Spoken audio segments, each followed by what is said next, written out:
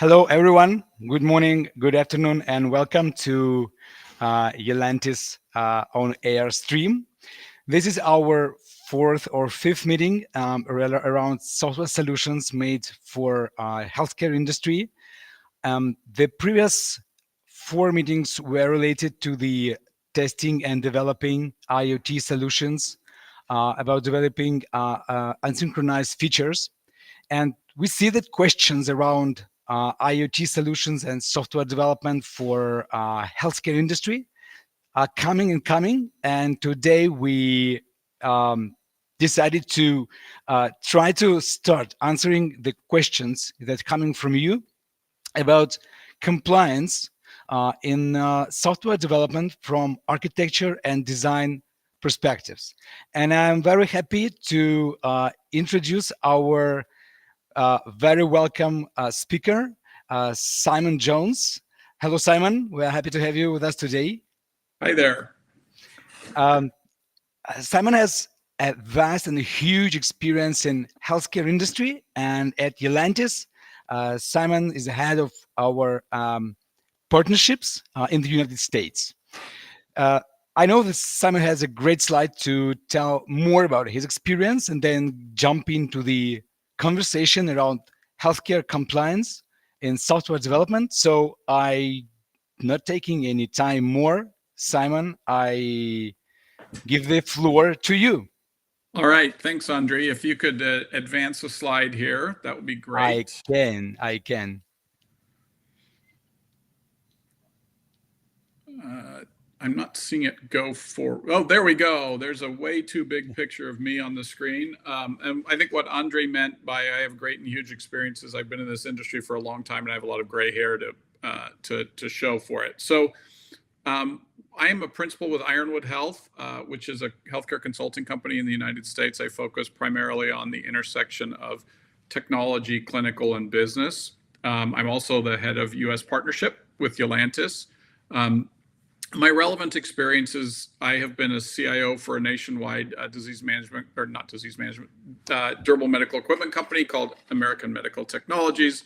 I've been a chief product officer for a company called Healthfully, and I have been a vice president of health information technology for Blue Shield of California. So I've been at this for quite some time. I have 25 plus years in healthcare technology, and as such have lived in the realm of HIPAA compliance and overall compliance for a long time. So if we could jump one more slide ahead, that would be great. So the discussion, really what I want to do is I want to frame the discussion that we're going to have with an example build. I think it helps us anchor on what we're talking about. Talk about core considerations, both regulatory and best practice IT security considerations. And then what do we need to have in place? What do we need to do before we do design and build? Because there are precursors that if we do those correctly, what'll happen is it'll just absolutely streamline and make our design and build much easier. And then some design considerations. So what do we need to ensure that we are accounting for in the design of a product? And finally, common pitfalls to consider, because I think everybody on this call has probably been in a scenario in which you get 2/3 the way through something and somebody says, well, what about? And everyone goes, ugh. And so we want to make sure that we try to get as many of those taken care of before we start the journey rather than 2/3 the way through. So with that, Andre, if you go another slide. So I'm gonna I'm gonna talk about here is just an app that I made up. If anybody wants to go and build this, just send me a nice gift card to somewhere for dinner or something like that. But it probably is out there in this space anyway. But it'll give us an idea of what we are. So this is a mobile app for somebody who's going to try to understand the effects of their medications and diet on both their daytime energies and their sleeping. So really the idea of how are you managing your health and kind of hacking yourself.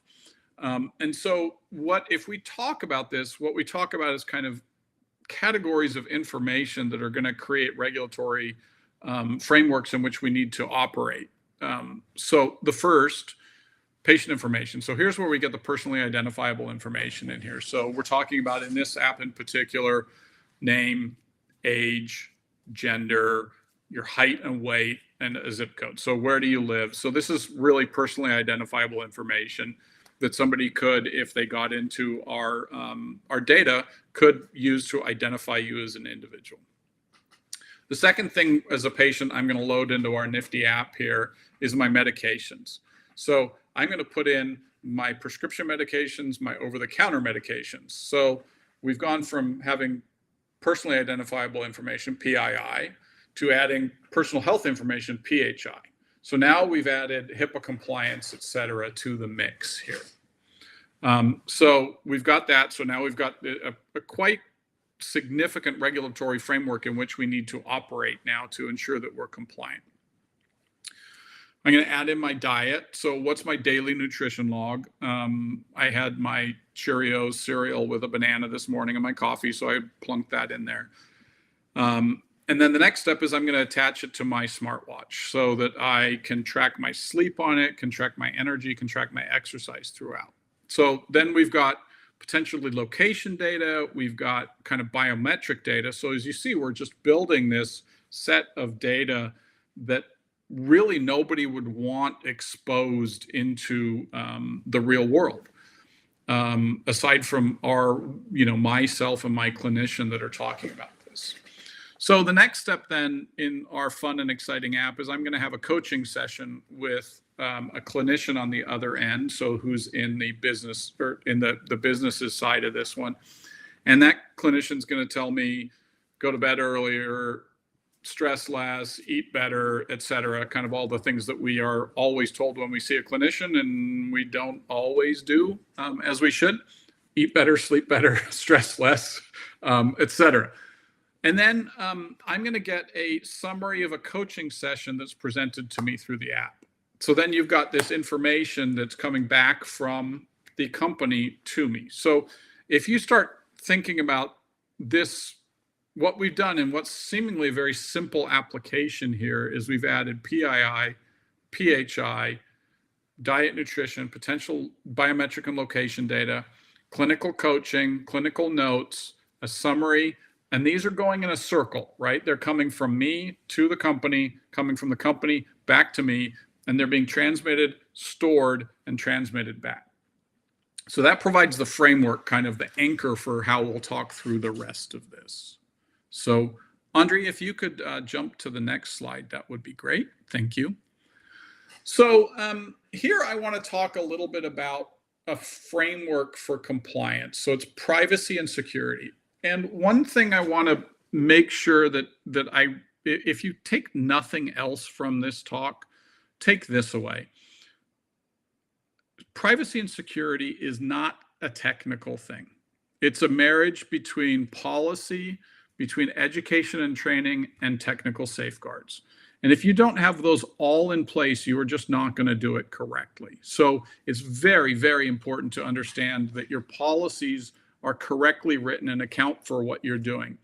It's important to have continued education and training within your environment so that your folks who are the clinicians who are having the conversations with the clients are understanding these frameworks, understanding the environment in which they need to do, and that compliance is something that is an always on top of mind thing on the floor, because at the end of the day, we can put technical safeguards in to protect against things happening, but the vast, vast, vast, vast majority of issues with privacy and security compliance happen because people make mistakes. It's yes, there's these huge hacks on hospitals, ransomware, et cetera, that are happening, and we're seeing more and more in the news. But still, the overwhelming majority of things are somebody makes a mistake, or somebody is acting in a way that they shouldn't. And if we have an environment that the policy supports training and education, continual management coaching around that, we then have this framework that allows us to operate in a way that ensures that if something if somebody's doing something that they shouldn't, maybe a light bulb goes on, or a light bulb of their supervisor goes on, or a light bulb of their peer goes on, and there can be in the moment coaching, and we aren't overly reliant on just technical safeguards to catch it. Now, we want those in place as a net, but we'd like to not get there in the first place. So that's an important thing. I'm going to speak mostly from the perspective of HIPAA high-tech compliance. Now, that said, it's very important to understand that within your ecosystem in which you are operating, there are additional rules that get put into place here. So one that's been fairly recent, last few years, is the California Consumer Privacy Act. And what that means is if you have a website that collects any data from any person that lives in California, you have to have a little tag on your website that says, if you're in California, you have the rights to do X, Y, and Z. And then you have to have the ability and a procedure in place behind the scenes that if somebody calls in or contacts you and says, hey, I don't want to be in your database anymore, you have to have a way to get them out of your database and maintain and follow up on that. So that's just a kind of an extra piece that gets put in there. And there are these extra pieces. If you're in the US, we don't tend to think about GDPR very much. However, the EU believes that GDPR should apply to their citizens living in the United States. I don't know that there's been a lot of activity with kind of reach through to do any type of enforcement there, but it is good practice to understand that. If you're dealing with somebody specific like the VA, you got to ensure that you are paying attention to what their compliance frameworks, their requirements are. And then another one is state Medicaids. Now, the state Medicaids, states have different requirements and things like that. So you want to ensure that you're not solely so focused on HIPAA high tech that you miss some of these things around the edges. So I think that's really important. And when we talk about HIPAA high tech, we talk about these technical safeguards like managing people's credentials, least privileged access principle, which is a very, very important one here. And we'll talk about that a bit in the business process. Data management and protection. One thing here with this and backup and recovery is people don't tend to think of this as a HIPAA requirement off the top of their head. It absolutely is. If you are running a clinical program, you have to have the ability to restore your data if there is for treatment, if you go down. If you are not running a clinical program, you have to have the ability to restore your data for forensic purposes to determine if there were a breach. So make sure that idea of data immutability, backup and recovery is built in as well. What's your general security infrastructure? Where are you putting this app? What's it running on, et cetera? And then another one that my experience is people aren't terribly good at a lot of the time is this idea of logging and alerting. So Andre, why don't we jump to the next and we can go there. So before we begin a design and build, so before we have our idea, I've got my app that we saw a few screens ago, and we're getting ready to build this. And I'm sitting there and I'm saying, okay, what are we going to build? Where are we going to go? And the desire is to jump to it and start the design and then, get into the build as quickly as possible. However, I would suggest if you do a few things before we jump into the design and build, we will be much better off and better positioned to build it. So the big thing is, does your business process support compliance? So if we think of our example application here and we think of the clinician and the clinicians that are in a group, how are they organized? Are they organized first come, first serve? Do I get the same person every time? Do I get the same person on a team every time? What happens if somebody's sick? What happens if somebody's terminated? What happens if they're on vacation? What happens if my clinician needs a consult from a peer or a manager? How do we organize and ensure that our workflow from the business perspective around that operates around least privileged access principles. So, somebody who's working with me, for example, the person sitting next to them should be effectively firewalled off from what is happening with me, unless there is a valid reason for them to understand what's happening with me at that time. I think a lot of people understand this. This is a fairly common thing, but really going through and making sure we understand that it's documented is good for compliance. It's also very good for the functional build. The next piece of this is VIPs. This is a place where people miss it a lot. So, and by the way, VIPs, public figures, but also your own employees. This is where people get in trouble, right? So the scenario that happens, unfortunately, is somebody works in a company with somebody else. There's either a desire to have a relationship, whatever form that relationship would be, or a desire to, a relationship's falling apart and they want to find out information about somebody.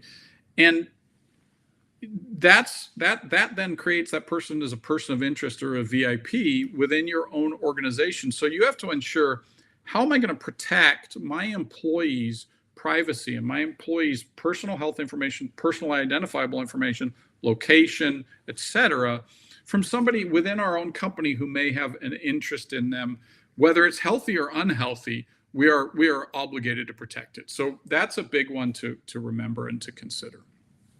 I think we talked a bit about the policy.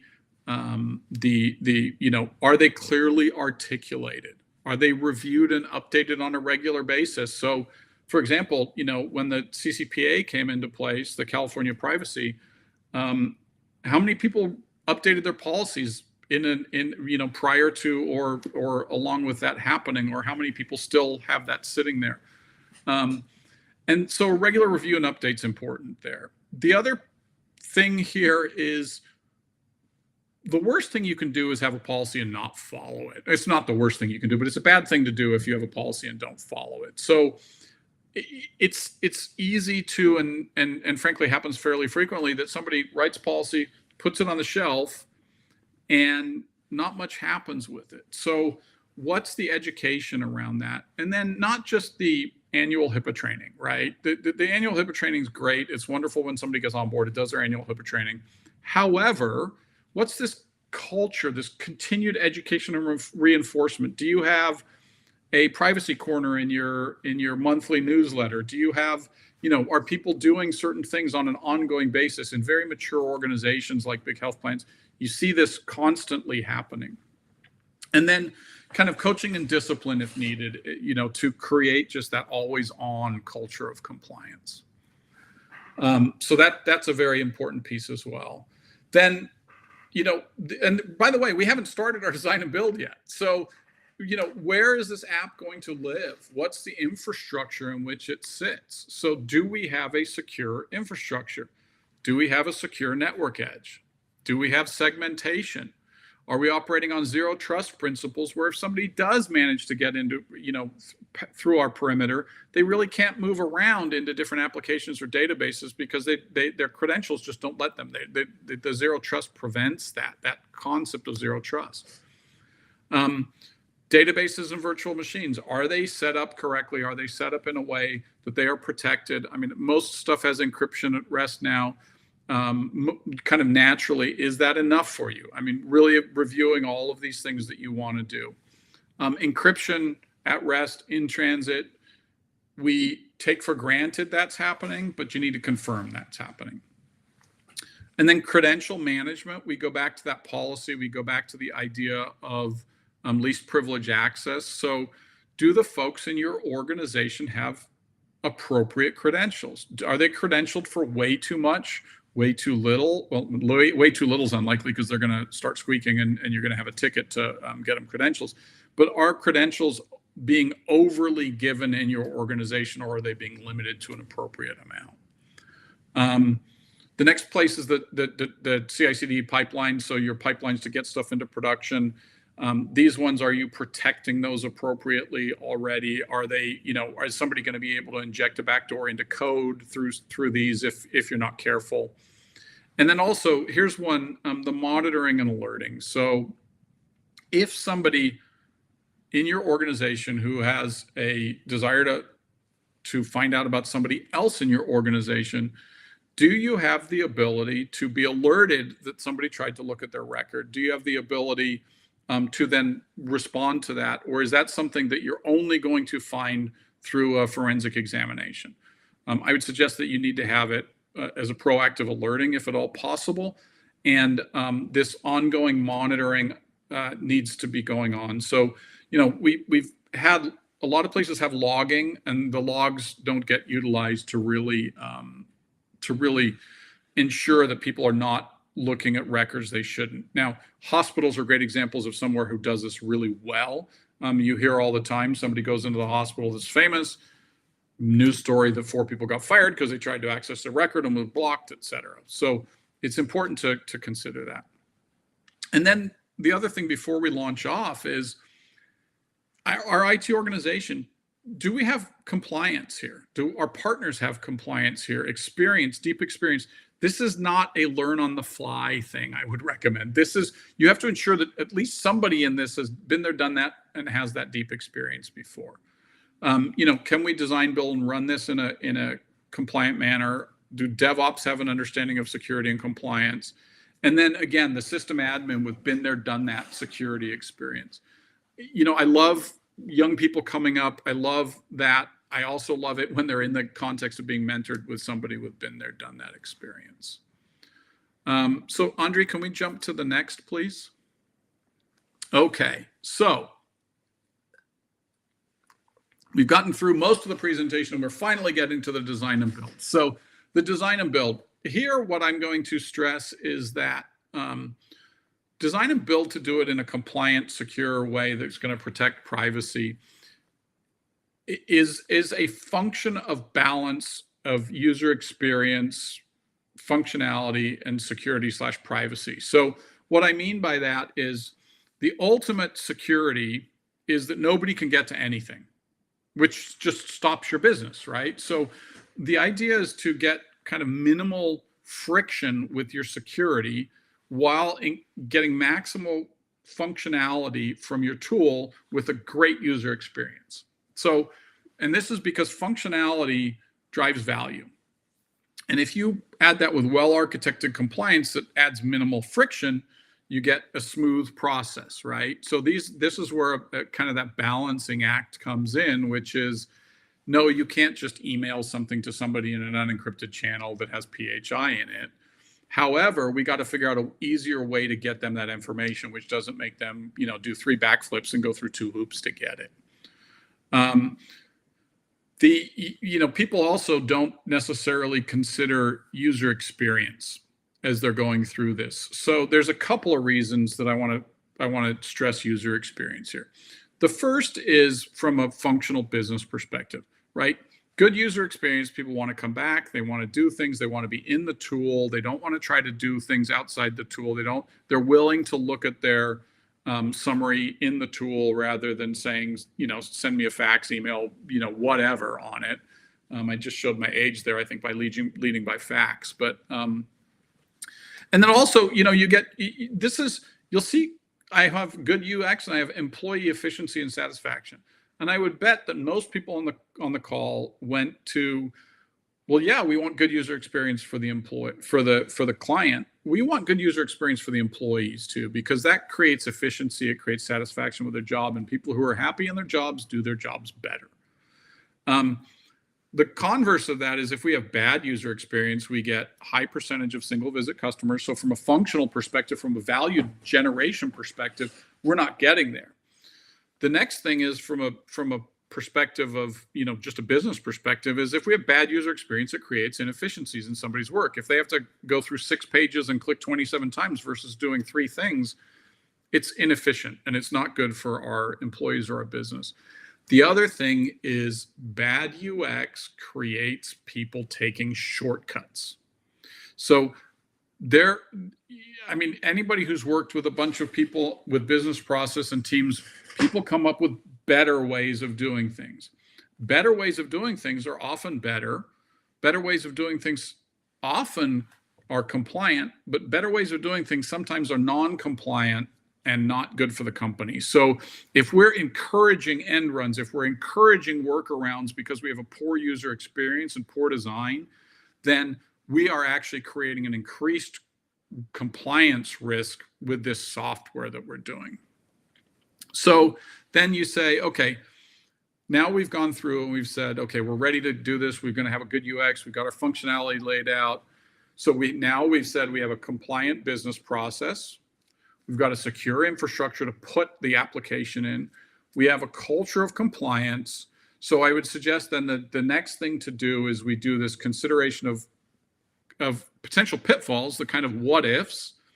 And if we do all of those things, we are going to have a much more straightforward build than not. So we'll go to the next slide, Andre, please. I'm going to try to make sure I leave time for questions, but this slide is really kind of the common pitfalls. And I'm sure many people have seen the Home Alone movie where the Macaulay Culkin character, puts the aftershave on. He shaves as a kid and he puts the aftershave on and he goes, ah! And I picked this because most of the time we do this to ourselves, right? So if we do good design build, we don't want to do this to ourselves. So consider things like somebody's going to say, hey, I can't log into my app right now, or I'm having a hard time reading it on my app. Can you just email me the coaching summary? I don't know. Can we? Have we decided that we're going to have a secure email functionality and allow that or not? There's the whoops, I just dropped a production database table and the whole system crashed. Well, that's not great. Did the person have appropriate credentials or were they over-credentialed for the job that they had? Consider the bad actor versus the careless employee. Really think through the careless employee. I mean, the bad actor scenarios are where we tend to go because they're kind of cool and exciting and fun. The careless employee is much more likely to accidentally put a bunch of information in an email and fire it out to the wrong folks. We talked about the VIPs a little bit. Make sure that you consider your own employees or VIPs. That's a big, big miss on a common pitfall. Lack of deep experience engaged from the start. Like I said before, this is not the time to learn on the job. Some of the people should be learning on the job, but you got to make sure you have really, deep experience, been there, done that, folks that can think of these pitfalls and say, hey, what about, what if, what happens here? The failing to continually reinforce privacy and expected behavior. Training is not one and done. I have never learned something the first time I was exposed to it. Maybe everybody else on the call is much better learner than I am, but I'm going to be willing to bet that it's more common than not that we need continued reinforcement. Then the other one is just this kind of culture of compliance. This last one I have up here, and I didn't go through all of these just as a list. I just wanted to put some examples out. But hey, look at Simon. All he eats is fast food, sleeps 3 hours a night, takes more drugs than a rock band, and looks completely healthy. None of which are true, by the way, for me. I do eat good food. I like my sleep a lot. I don't take a bunch of drugs, and I look moderately healthy. So, there we go. So, but I mean, this is really the kind of a fun situation where sitting in a room and saying, hey, what could go wrong? What's going to happen? What if somebody does this or asks for this or does X, Y, Z? So that we want to really kind of game it and consider before we jump into the design and build, so that we don't get 2/3 down the road and somebody says, hey, what about our own employees? They're part of this thing too. And we say, uh-oh, and scratch our head. So Andre, one more. So our bonus here is, if you still feel compliance or software, development is a challenge, put a plus in the comments. We'll send you out a compliance checklist and some real world case studies for this, so that you can have a little bit of a takeaway from this as we go forward. And then, hey, if you're experiencing challenges with your ideas and assistance, reach out. Yalantis has a lot of experience in this. We have great folks. We have a lot of certifications. We have folks that really know this stuff. And I'd be happy to answer questions. I'd be happy to interact with you guys around compliance and security and build, as well as all other things in build. I really enjoy the overall process. I enjoy making sure that we're compliant in it. I think it's a really key component to get right and balance. And if you do it really well, you can ensure that there's very little friction. So with that said, I think, Andre, do you have questions, or where do we go from here? I do have questions. Thank you, Great. Simon, so much. I have a few questions. The first question is, in large organization, what should be the setup of the project team, aside from the software development itself, to make sure that compliance is covered throughout entire organization and all the aspects and angles that can appear in the future? What a fantastic question. So really, when I think of a large organization and I think of that structure, we're going to have a business owner and we're going to have business analysts that are working with it. Most large organizations will have some sort of legal/compliance review process. My experience is, if you can engage those folks a little earlier than is required, you're better off. So if you say, hey, compliance person, can you come and join us early on in the discussion of what this application is going to be? Tell us where some of the pitfalls are. Make them part of the team, not just the person who says, hey, you can't do that at the end of the thing, or you have to do it a different way. Get out ahead of it. Right? So you want that business owner who's going to have that deep experience in it. You want your BAs who have deep experience in it. You will likely have an IT security analyst assigned to the project within the IT organization if you're in a large organization. And then I would suggest pull the compliance people in early if you can. You're not always going to get the attorneys because they're typically very busy, but try to pull that compliance person in. So hopefully that answered the question. I'm sure, absolutely. The second question, and actually the last one, we are a startup. How? It's a funny question. How deep should we follow all the compliance requirements to get into the jail? Well, so let's be clear here. Most compliance penalties, most security compliance penalties are civil penalties, so fines, etc. If you are contemplating something that would send you to jail, it's that is criminal fraud level stuff, and that is like, I am going to take all of your data and sell it to somebody else without your permission and without you knowing it, and selling your PHI. If you were even like remotely considering that, just don't, please. But I think I get the spirit of the question, which is really, this can be overwhelming, right? It can feel really overwhelming initially because you look at this and you say, well, there's PII and there's rules for that. There's PHI and there's rules for that. There's special categories within PHI around sexual and certain and psychotherapy notes and things like that have additional levels of protections. I don't know if somebody's going to be from California. What do I have to do? My take is, if you're a startup and you are wondering about this, asking this question, team up with somebody that has been there, done that, the deep experience on this, because it can be really overwhelming. But at the end of the day, when you unpack this and go back to the basics of it, it really does get into a few basics of who should be able to see something. Is my environment protected so that things are segmented off? Am I encrypting stuff? Am I doing the reasonable best practice things that I need to? And it's not enough to say you can just do that. However, it's not as overwhelming when you have the knowledge and you really get into it. So I would suggest, partner up with somebody, talk to a friend, whoever's doing, your startup is, and just get some folks that know what they're doing that can help walk you through it. We've got a supporting plus in the comments to your answer. So thank you very much. Great. Simon, thank you so much for your, I think, a complete overview and the starting point for all the audience to start thinking about the compliance when we're talking about not only IoT, but also the software development itself for the health in the healthcare industry. Thank you, dear audience, for being with us. Today we will continue our live streams. And after this event, we have a set of materials that can help you to make a self-check assessment, a short one, and review additional cases so you can come up with the questions we can help you to answer.